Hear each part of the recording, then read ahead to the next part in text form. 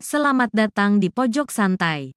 Sebelum Anda mendengarkan audiobook ini, kami menginformasikan bahwa channel ini adalah review audio dari buku yang ada di Indonesia. Untuk membaca keseluruhan buku ini, kami menyarankan membeli buku aslinya di toko buku kesayangan Anda, baik offline maupun online. Keberadaan channel ini dimaksudkan untuk membantu Anda mendapatkan pengetahuan dari buku-buku kesayangan Anda. Jangan lupa untuk subscribe, like, dan komen.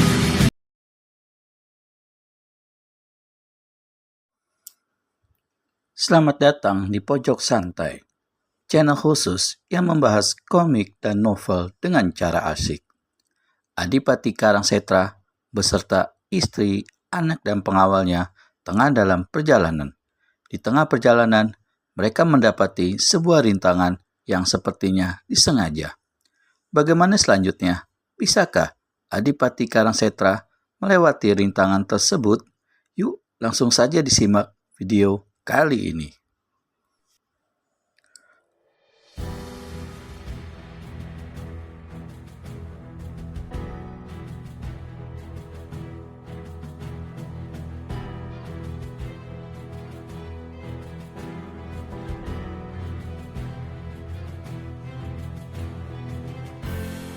Ada apa, Gagak Lodra?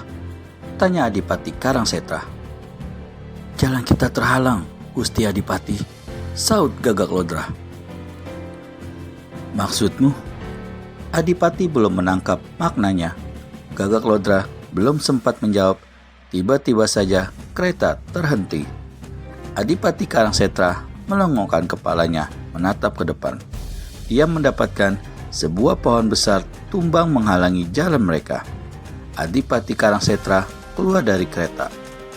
Dengan langkah ringan, dihampirinya pohon tumbang itu. Gagak Lodra melompat dari kudanya diikuti prajurit-prajurit lain. Dihampirinya Adipati Karangsetra yang ternyata sudah didampingi Gajah Rimang yang juga memiliki 5 sulaman bunga karang. Langkah Gagak Lodra belum sampai di tempat itu. Namun tiba-tiba Adipati Karangsetra mundur 3 langkah. Kepalanya agak dimiringkan sedikit, wajahnya tegang. Pohon besar yang merintangi jalan jelas suatu kesengajaan. Meski tumbang berikut akar-akarnya, tetapi terasa ada keganjilan. Jika karena bencana alam, mestinya pohon-pohon lain di sekitarnya pasti ikut rusak. Tapi mengapa hanya pohon besar itu saja yang rusak? Ada tamu tadi undang, gumam Adipati. Tampaknya jumlah mereka cukup banyak, Gusti, saut Gagak Lodra yang juga menangkap suara-suara kecil yang mencurigakan di sekitarnya. Mereka seperti tak bermaksud baik, Gusti, sambung Gajah Rimang. Ya, mereka bukan orang-orang sembarangan. Napas dan gerakannya terlatih sempurna, kata Adipati. Matanya tak lepas menatap sekelilingnya. Suasana jadi hening. Perintahkan para prajurit untuk bersiap-siap, sambung Adipati Karangsetra seketika. Siap, Gusti, seru Gajah Rimang seraya melompat menghampiri para prajurit yang juga sudah bersiaga. Dan kau, Adipati Karangsetra belum lagi meneruskan perintahnya. Mendadak dari rimbunan semak dan pohon-pohon bermunculan segerombolan orang berpakaian serba hitam dengan senjata terhunus. Gajah Rimang yang baru saja memberi aba-aba pada prajurit terkejut sekali.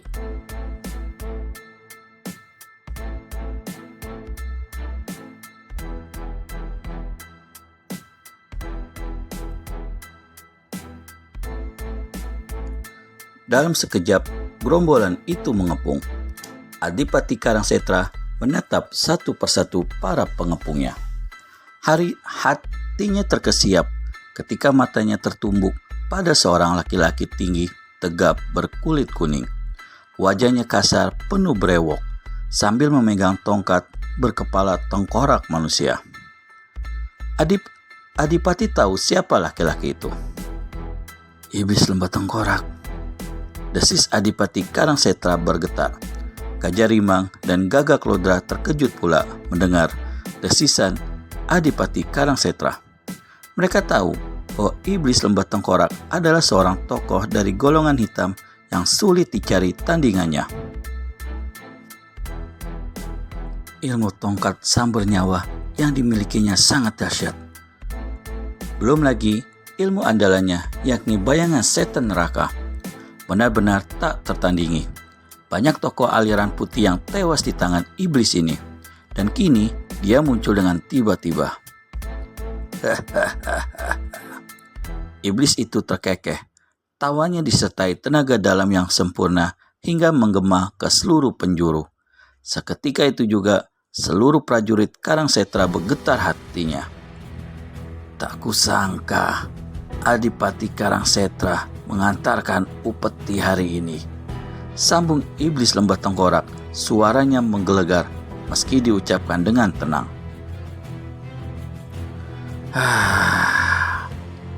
Adipati Karangsetra mendesah panjang, mencoba menenangkan diri. Meskipun dia seorang adipati dan memiliki kepandaian cukup tinggi, tapi ilmunya masih jauh bila dibandingkan dengan iblis berwajah kasar itu. 10 orang yang memiliki kepandaian setingkat dengannya belum tentu mampu mengalahkannya. Di dalam kereta, wajah cantik Tunjung Melur berubah pucat pasi. Tubuhnya gemetar, tangannya makin erat memeluk Ranggapari. Tunjung Melur memang belum pernah mendengar nama iblis lembah tengkorak, tapi nalurinya mengatakan bahwa gerombolan itu tidak bermaksud baik. Ibu. Rangga memandang wajah ibunya, sepertinya dia menangkap kegelisahan ibunya. Sinar mata polos yang memandangi Tunjung Melur itu hanya membuat hatinya gelisah. Dia hanya mampu memeluk dan memohon keselamatan pada Yang Kuasa. Tunjung Melur hanyalah seorang wanita yang dilahirkan dan dibesarkan di lingkungan kaum bangsawan yang tak mengerti dunia kependekaran. Serang! Tiba-tiba suara itu menyentak hati Tunjung Melur. Disusul suara teriakan-teriakan dan dentingan senjata beradu. Pakik Tunjung Melur ketika para prajurit yang mengawalnya sudah terlibat pertempuran sengit dengan gerombolan itu. Gagak Lodra, bawa istri dan anakku pergi, teriak Adipati Karangsetra. Adipati telah sibuk melayani 5 orang yang mengeroyoknya dengan ganas, terpaksa dikeluarkan pedangnya. Dengan mengerahkan ilmu Bayu Mega, diputar-putarnya pedang itu dengan gerakan yang sangat cepat. Dengan ilmu andalan itu, pedangnya hanya terlihat berkelebat bagai titik-titik air jatuh dari awan.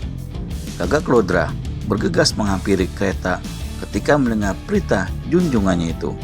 Namun, ketika sampai di atas kereta, dia disambut oleh sebuah kelebatan bayangan hitam. Dengan tangkas, Gagak Lodra berkelit menjatuhkan diri ke tangan. Bayangan hitam itu terus menyerang Gagak Lodra walau dia masih bergulingan di tanah.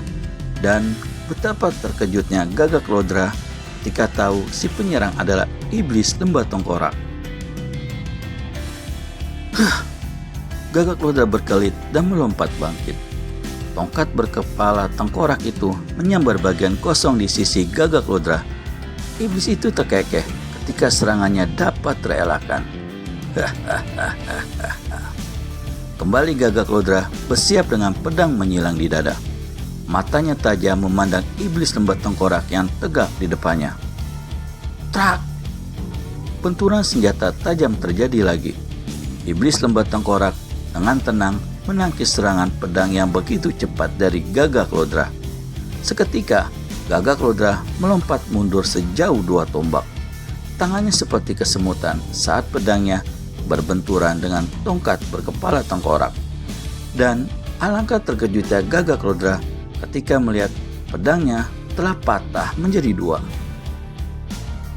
Rasa terkejutnya belum lagi hilang. Tiba-tiba, ujung tongkat iblis itu meluruk deras ke arah lehernya. Gagak Lodra berusaha berkelit dengan menarik kepalanya ke belakang. Bisakah Gagak Lodra menghadapi iblis lembah tengkorak? Temukan jawabannya di video selanjutnya hanya di channel Pojok Santai. Segera subscribe dan tekan tombol lonceng untuk mendapat notifikasi video terbaru dari kami. Terima kasih dan sampai bertemu kembali.